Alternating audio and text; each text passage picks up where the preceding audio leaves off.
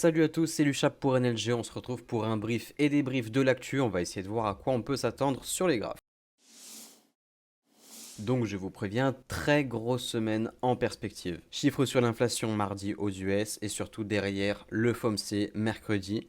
Le jeudi chômage US et derrière conférence de presse de la BCE avec les taux, etc. Niveau crypto, je pense que vous n'avez pas pu louper la news, mais on assiste à un véritable bras de fer entre l'industrie crypto d'un côté et les régulateurs américains de l'autre. Binance se fait attaquer, Coinbase aussi. Dans les deux cas, on leur reproche grosso modo d'avoir proposé des produits et services réglementés sans autorisation. Pour Coinbase, il y a certains actifs que la SEC considère comme securities. Pour Binance, il y a ça et en plus le fait d'avoir laissé des utilisateurs américains utiliser la plateforme internationale au lieu de la plateforme qui leur était réservée, Binance US. Mais c'est pas fini, Binance réplique en disant que le patron de la SEC n'est pas objectif à cause du refoul qu'il s'est pris en voulant rejoindre la firme en 2019. Et Coinbase, ils disent qu'ils ne vont pas se laisser faire et comptent bien ne pas retirer toutes les cryptos qui seraient problématiques. Bon, c'est un peu le bordel, mais au niveau crypto, de toute façon, maintenant, je pense que tout le monde le sait, c'est surtout le procès de Ripple qui va dicter la marche à suivre. Plein de gens anticipent déjà Ripple gagnant. Perso, c'est pas mon cas, je reste quand même un peu méfiant. Allez, du coup, on passe sur les graphes. Comme d'hab, on commence avec le S&P et le Nasdaq. Donc, ils ont très clairement continué leur route. Bon, vraiment sans surprise.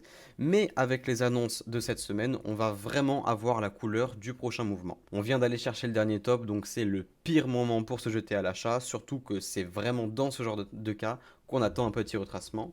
En plus, ici, alors si on regarde sur le vrai chart, surtout en 4 heures, ça se voit encore mieux. Qu'est-ce qu'on a? On a un gros gap juste là.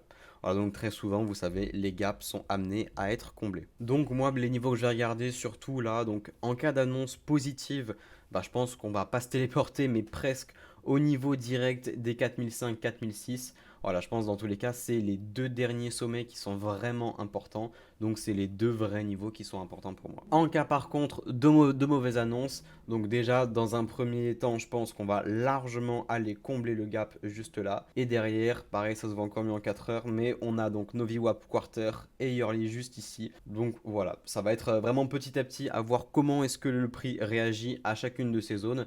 Et en fonction de ça, on va pouvoir voir si ok, on va aller chercher plus bas ou est-ce que ça suffit et on peut repartir. Pour l'instant, ça reste très compliqué de se positionner, c'est encore beaucoup trop tôt selon moi. Au niveau du Nasdaq, du coup, pour moi, c'est vraiment totalement identique, hein.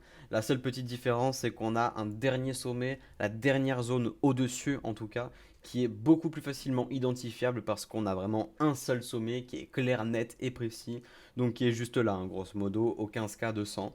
Voilà, pour moi, c'est vraiment le gros niveau en cas de scénario boule. Et par contre, en cas de scénario bear, eh ben, la situation est exactement identique. Euh, on a donc, là ça se voit pas sur celui-là, mais normalement on a un gap du coup, vraiment pareil. Et derrière, VWAP Quarter, VWAP Yearly. Bon, alors en plus, petite chose amusante, hein, mais ce qu'on peut voir sur le Nasdaq, en tout cas sur ce graphe-là, je sais plus si c'est le cas sur le vrai graphe avec le gap, mais surtout sur le S&P, on a vraiment la VWAP Yearly et la MM200, donc la moyenne mobile classique en blanc juste ici, à 200 périodes, donc là en daily à 200 jours, qui sont grosso modo au même endroit. Donc bon, c'est pas censé donner d'indication particulière, mais je trouvais ça marrant. Allez, du coup, on passe sur les cryptos. Alors, ces derniers temps, on était très décorrélé de la TradFi, mais si on a le scénario bear sur la TradFi, eh ben, on va se faire encore plus détruire. Et même en fait, dans le scénario bull, j'ai du mal à voir le BTC ne pas venir retester au moins la VWAP Yearly. Donc, on a en jaune juste en dessous de la moyenne mobile 200, un peu pareil. Voilà, donc, dans les deux cas, vraiment, j'ai du mal à voir un BTC qui ne passe pas au moins sous les 25K. Et à la limite, dans le scénario bull, je pense qu'on peut voir un petit passage sous les 25K, derrière revenir, avoir des belles mèches en dessous, ça serait cool. Mais si on a vraiment un gros scénario bear sur la TradFi avec des mauvaises annonces, etc., bah, je pense déjà qu'on va se téléporter instantanément au niveau du dernier lot, qui correspond en plus au chiffre rond des 24K. Donc on a eu zéro mouvement entre les deux. Je pense qu'on a un peu un petit trou de liquidité en même temps. Donc je le répète, hein, mais même dans mon scénario bull, je pense que sur le court terme, on est toujours bear. Et par contre, dans le scénario bear, bon bah dans tous les cas, on est bear et je pense qu'on va descendre au moins 24K. Après, on verra comment le prix réagit à ces niveaux-là.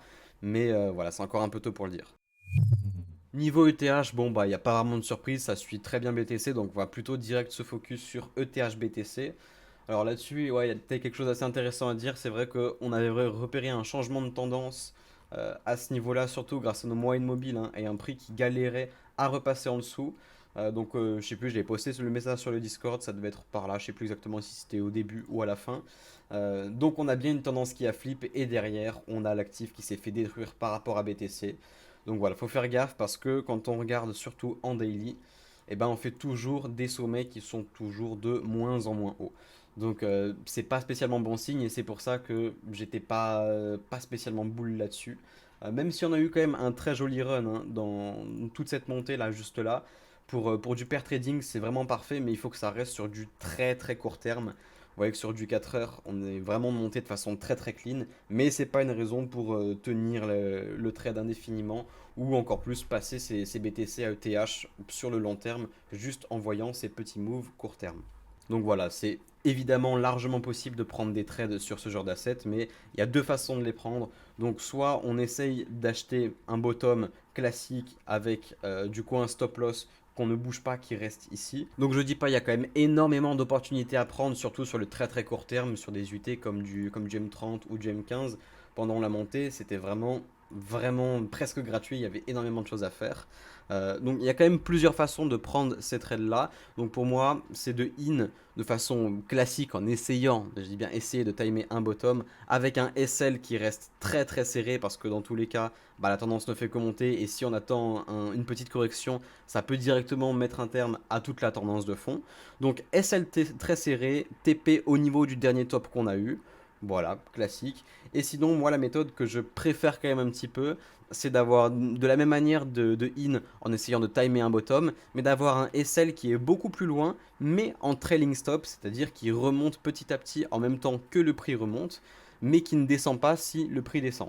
Voilà, derrière, on ajoute à ça plein de TP partiels via notamment les ordres scale, comme on peut retrouver sur une Silico ou Till Street, et il ne clôture que 80 ou 90% de la totalité du trade, et on laisse le reste monter à l'infini avec le trailing stop. Donc voilà, du moment que le trailing stop n'est pas touché, le trade continue juste à l'infini. Donc pour la dominance BTC qui a vraiment explosé ces derniers temps, bon bah c'est assez simple hein, avec les annonces qu'on a eues. On a beaucoup d'alts qui prennent de gros coups de pression, donc forcément on a plus une rotation des capitaux vers le BTC que du BTC vers les alts. Mais encore une fois, on va voir un petit peu avec tout ce qui est TradFi. Je pense que si on a des mauvaises nouvelles, les alts vont continuer de se faire détruire. Mais dans tous les cas, je pense que c'est surtout le procès Ripple qui va annoncer la couleur.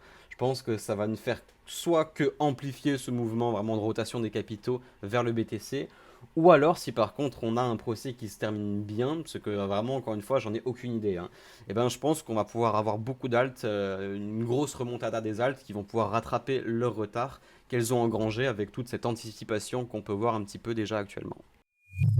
Voilà, donc c'est tout pour moi. Faites attention à vous, surtout cette semaine, hein. C'est pas le moment de jouer au super-héros en essayant de prédire les potentielles news. On va surtout attendre et bien y réagir. Voilà, donc faites gaffe à vous. À la prochaine, c'était Luchap.